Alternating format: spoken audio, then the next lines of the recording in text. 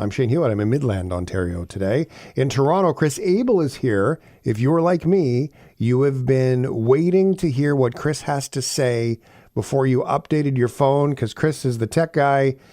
Kris, thanks for popping in, my man. Hey, good to be here. Cool. iOS 18 is out. I've heard some talk about it. I've heard there's a lot of changes that have happened. My phone is already chewing up so much battery in the day. I'm sort of hesitating to. I have a 12, I think. I have a 12. So it's been a Okay. minute.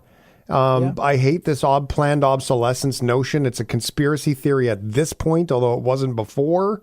And I Yeah. still believe it's a thing, man. Like I do. I really do. Okay. So, yes, this is the new version of the operating system that runs all the Apple devices. And it's available if you have an iPhone 11 or above. So, if you have an older iPhone, I'm afraid it's not going to be available to you just now. But for a lot of the issues you just mentioned, they have offered it as an option. So, if you go into the settings on your device, you look at software update, it gives you the option to upgrade to iOS 18. It's not pushing it onto you just yet, just because some people have some concerns and hesitancy towards it. I do recommend grabbing it though, because there's a slew of really cool features. We don't have time to go through all of them, but I picked out three of them that I thought were worth highlighting. The first is a feature for the Safari browser called distraction control. If there's a website that you go to, there's often a feature, a pop-up or a prompt that you find bothersome. You can now use distraction control to highlight that and make sure it's gone. It doesn't appear the next time that you visit the website. Get it out of my way. The second is that if you use the voice memo app, and I know there's a few people I know that use it to dictate Mm, content or thoughts or ideas, it now has the ability to create a text transcription of your session. So you that's now have text fantastic. you can use, you can throw it into other apps. And then finally is if you have an iPad, it now adds a calculator app. For 14 years, I don't know why Apple has not put a calculator app on the iPad.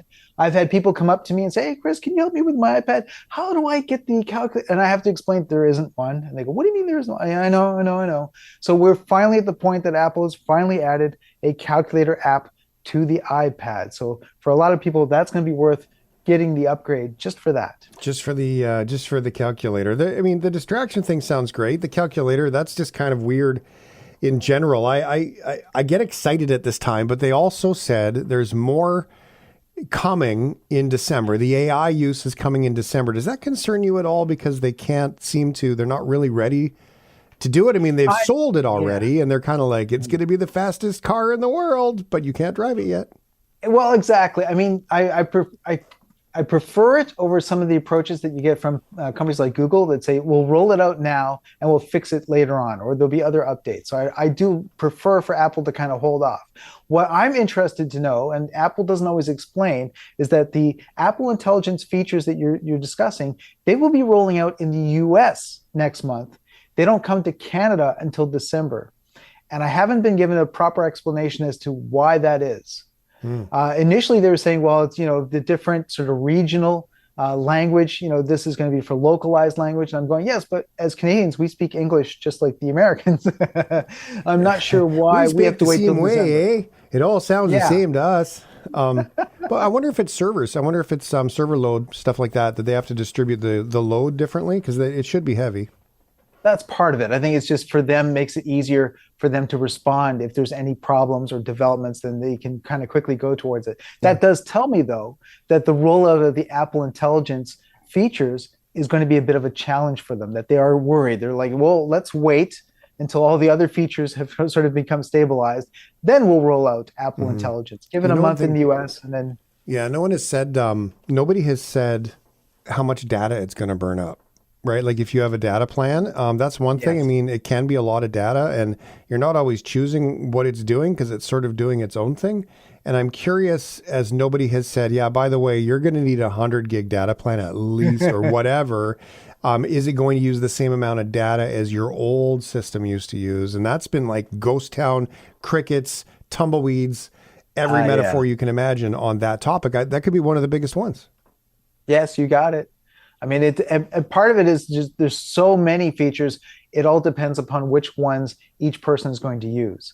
So you may download the software, but you may not use it. So it may not be a big demand. And so it's going to be a different scenario from one person to the next. And that may be why it's so complicated. I don't know. Interesting. All right, passwords is an interesting one. That one's getting a little bit easier. I'm finding, like, they keep telling us, use a password keeper, and then they're like, yeah, but write them on a notepad, because they used to say, don't write them on a notepad, right? Like, it's kind of waffled all over the place. My dad's got it figured out. He's got just a long list of passwords and time, and he keeps trying the one at the bottom, the most recent written one, and he works his way up until he finds it. Well, it's great that this is a default feature now included in Apple devices because, again, up till now, you've had to either subscribe to another service or buy another app to do it. And this is about keeping track of all your passwords, generating secure passwords for you. But what I like is that in this case, you can actually use this app that Apple's version, and it syncs across multiple devices, not just Macs, but also Windows-based devices as well. Well, that's kind of cool.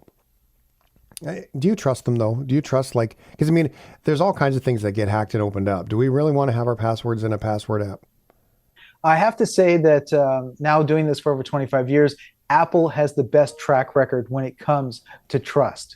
That of the various tech companies out there, Apple's the one who I feel is the most secure in terms of using our personal information, and also the one company that never shares it with anybody.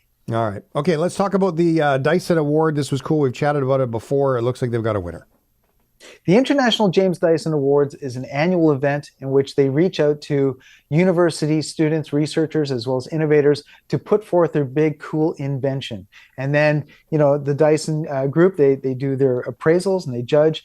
Here in Canada, because they do nationals before they get to the international, Timpano from Carleton University has been selected as the Canadian winner. So his device is called the Lift Up. This is an add-on to wheelchairs. And the way that it works, and I can see why Dyson loves it, because very similar to Dyson technology with vacuum cleaners, where you often have one pipe inside another pipe so it can slide out and hide. It's the same idea that using the pipe framework on a wheelchair, it allows it to slide out handlebars.